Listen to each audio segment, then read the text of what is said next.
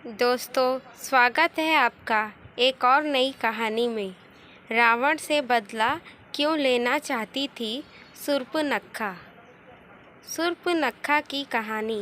राम, लक्ष्मण, सीता और रावण के बारे में तो हर कोई जानता है, लेकिन एक रामायण का एक और अहम किरदार है जिसका नाम शूर्पणखा है। कहा जाता है कि अगर शूर्पणखा ना होती तो रामायण भी नहीं होता, क्योंकि रामायण का पूरा युद्ध लक्ष्मण द्वारा शूर्पणखा की नाक काटे जाने के बाद ही शुरू हुआ था।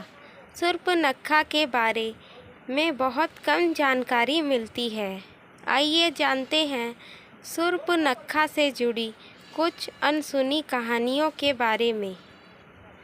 शूर्पणखा की शारीरिक बनावट। राक्षस के परिवार की होने की वजह से शूर्पणखा को अपना भेष बदल लेने की शक्ति प्राप्त थी। वो अपने चेहरे के रंग के साथ साथ अपनी आवाज़ भी बदल लेती थी।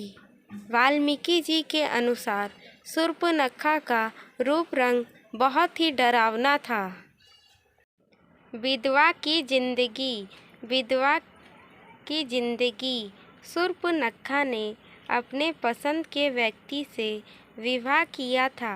शूर्पणखा के पति का नाम विदुतजिह्वा था और वो राजा कालकेय का सेनापति था। कालकेय के साथ हुए युद्ध में रावण ने विदुतजिह्वा को मार डाला था। उसका भाई ही उसके दुर्भाग्य का कारण बना। पति की मौत के बाद शूर्पणखा ने अपनी पूरी जिंदगी लंका और दक्षिण भारत के जंगलों में बिताई। वो कुछ दिनों के लिए अपने रिश्तेदारों, घर और दूषण के साथ भी रही। राम और रावण के बीच शत्रुता कराना। राम और रावण के बीच शत्रुता कराना। कहा जाता है कि शूर्पणखा के राम के रूप पर मोहित हो गई थी, लेकिन एक पतिव्रता होने की वजह से राम ने उसे लक्ष्मण के पास भेज दिया। लक्ष्मण भी एक पतिव्रता थे, इसलिए उन्होंने भी शूर्पणखा को अपनाने से इनकार कर दिया।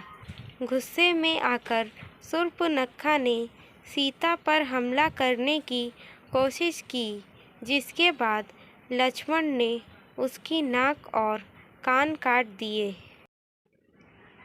एक कहानी और।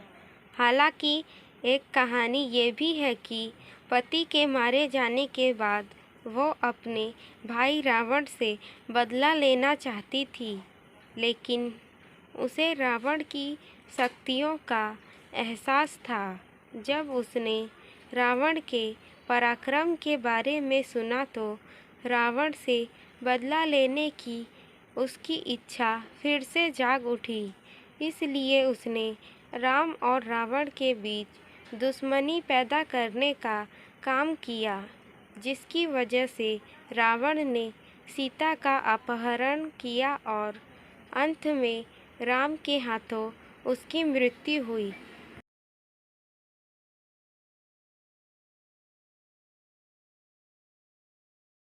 शूर्पणखा का अंत। शूर्पणखा का अंत। कहा जाता है कि राम और रावण की मौत के बाद शूर्पणखा विभीषण के साथ लंका में ही रह गई। कुछ सालों के बाद शूर्पणखा और उसकी सौतेली बहन कुंभिनी समुद्र के किनारे मृत अवस्था में पाई गई थी। दोस्तों, इसी तरह की कहानी सुनने के लिए हमारे चैनल को लाइक करें, शेयर करें, सब्सक्राइब करें। धन्यवाद।